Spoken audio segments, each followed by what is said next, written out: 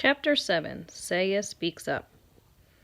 On Friday afternoon, Saya's father, Mr. Nasiri, picked us up after school. He had a friendly smile and gentle eyes, but he was as quiet as his daughter. Saya lived in a tall building, so Mr. Nasiri carried my cage up 1, 2, 3 flights of stairs to their clean and quiet apartment. Mrs. Nasiri opened the door for us.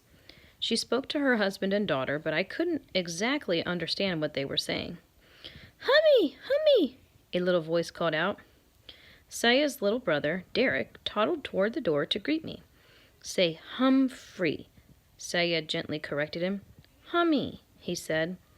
The Nasiris put my cage in the living room, right in the middle of a big table. Then they pulled up chairs so they could all sit and stare into my cage. It seemed as if they were waiting for something to happen, so I decided to give them a show. First, I spun on my wheel for a while. Then I climbed up the side of my cage and dived down into a pile of soft paper. They were obviously impressed with my performance as they talked quietly. The funny thing is, I couldn't understand a word they were saying. No wonder Saya got 100% on all her vocabulary tests. She and her family knew a lot more words than I did. They finally went to the kitchen to eat dinner. Later, while the rest of the family watched television, Saya's mother quietly sat by my cage watching me. She seemed nice. Eventually, it was bedtime for the Nasiris. But after the lights were out, Saya slipped out of her room and came back to my cage and whispered to me. I could understand her. "Now you know my secret, Humphrey," she whispered. "My family doesn't speak English. Well, my dad does a little, but he's shy about it. Mom hasn't learned any English at all, and Derek's too little."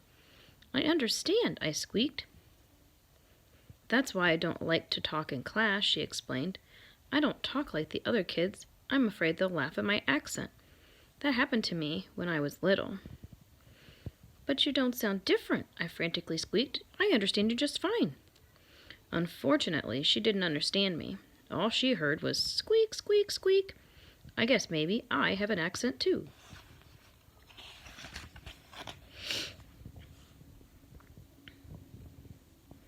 "But I have an idea that maybe you could help me teach Mom English," Saya continued. "Glad to help out if I can," I squeaked to her. "You're a real friend," Saya replied.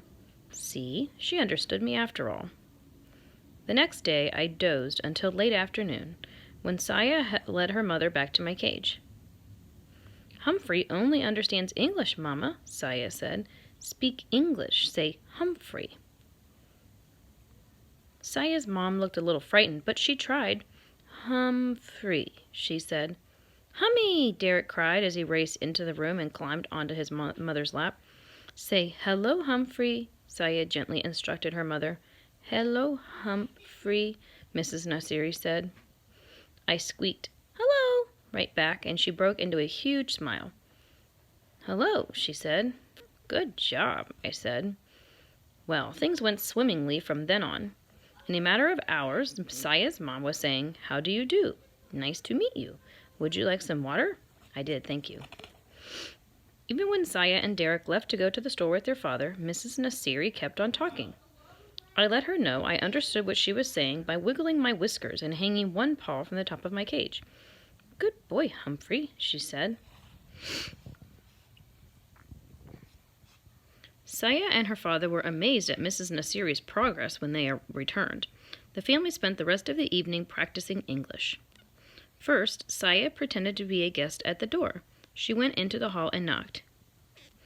Her mother opened the door. "Hello, Saya," she said. "Won't you come in?" Then Derek went out and knocked. Mrs. Nasiri opened the door and said, "Hello, Derek. Won't you come in?"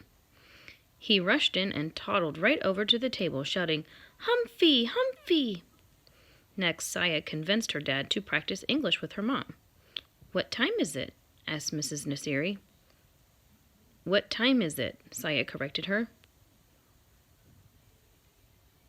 Mrs. Nasiri got it right the second time. Then Dad looked at his watch. 7:15, he answered. "Would you like some tea?" Mrs. Nasiri asked. "Yes, please." I would like some tea, Mrs. Nasiri answered. Guess what? They had a tea party right on my table. As a reward for their hard work, I spun my wheel as fast as my legs would go, and they all cheered. Later, after the lights were out, Saya slipped out of her room to talk to me again. Thank you, Humphrey, she whispered. My mom says she's ready to go to English class now. But I wish you were the teacher. So do I squeaked, and I meant it. There were more English lessons on Sunday, and Saya showed Derek how to clean out my cage. Suddenly, the boy began to giggle. Humphrey, poop, he yelled. His English was improving too. On Sunday night, Saya gathered her family together again. I want to teach you the American song, she said. Then she opened her mouth and began to sing. Oh, say, can you see by the dawn's early light? I stood up, just like we do in the classroom when the Star-Spangled Banner is being sung. But I'd never heard it sung like that before. Saya had the most beautiful voice in the world. It was like a gentle breeze. No, like rippling waters. No, it was beautiful. If only our classmates in room 26 could hear her. Which gave me the start of another idea. But I didn't have time to think much at all, because soon the whole family was singing the Star-Spangled Banner, and I squeaked right along with them, even on those high notes. When we got back to school on Monday morning though, I was a little disappointed.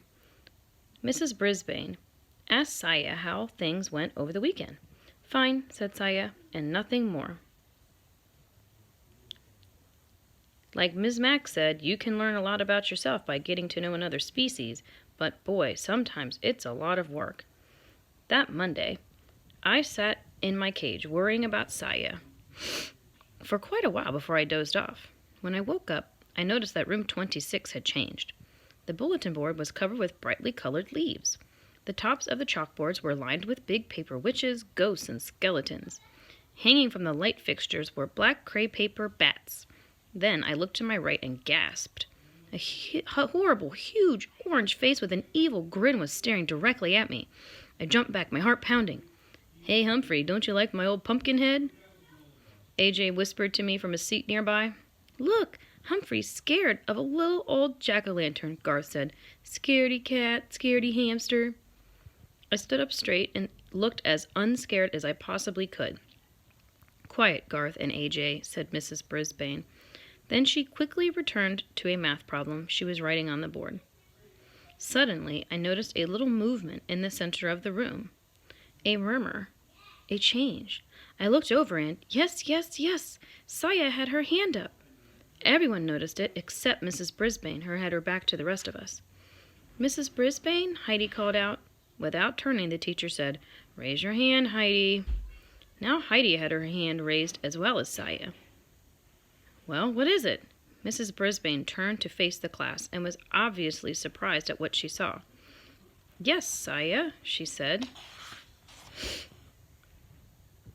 In a loud, clear voice, Saya said, May I move the pumpkin away from Humphrey's cage?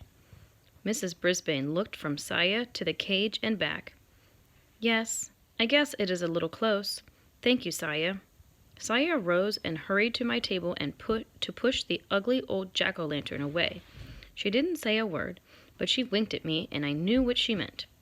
Heidi, did you say something? Mrs. Brisbane asked. Heidi, did you want to say something? Mrs. Brisbane asked. Not anymore, she said. Everything went back to normal until the bell rang for recess.